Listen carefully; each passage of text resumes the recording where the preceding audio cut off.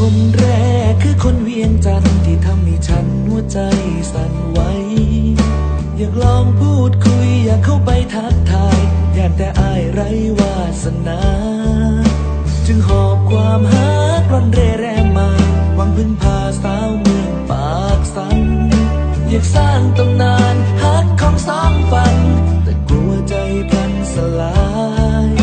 จึงหอบความฮักมุ่งหน้าลงใต้สาวคำมวลว่าจังใดใจว่างบ่นอสวรรค์เขตกับผู้งามกระดออยากพ่อเด็กคนหูใจอยากให้หูไว้ใจมีแต่ฮั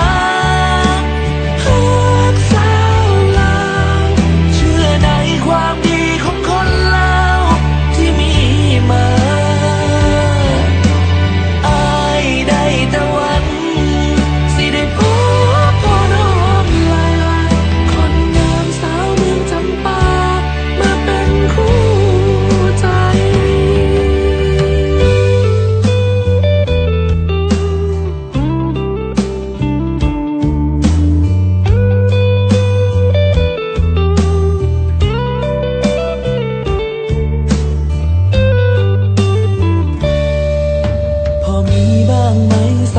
ที่โอเค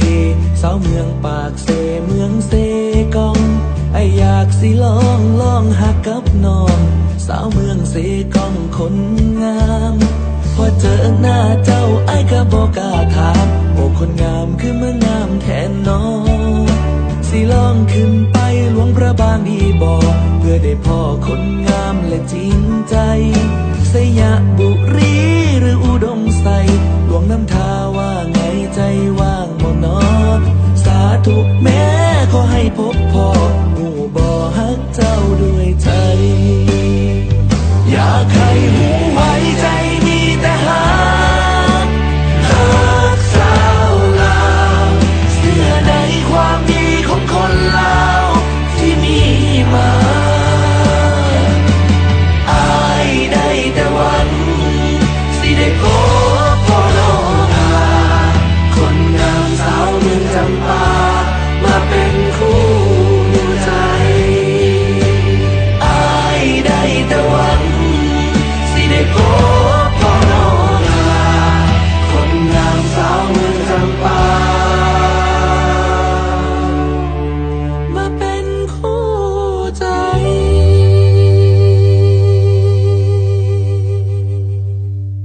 อยากให้หูไว้ใจมีแต่ฮักสาวลาวเชื่อในความดีของคนลาวที่มีมาอายได้แต่หวังสิได้พบพ่อน้องลาคนงามสาวเมืองจำปามาเป็นคู่ใจ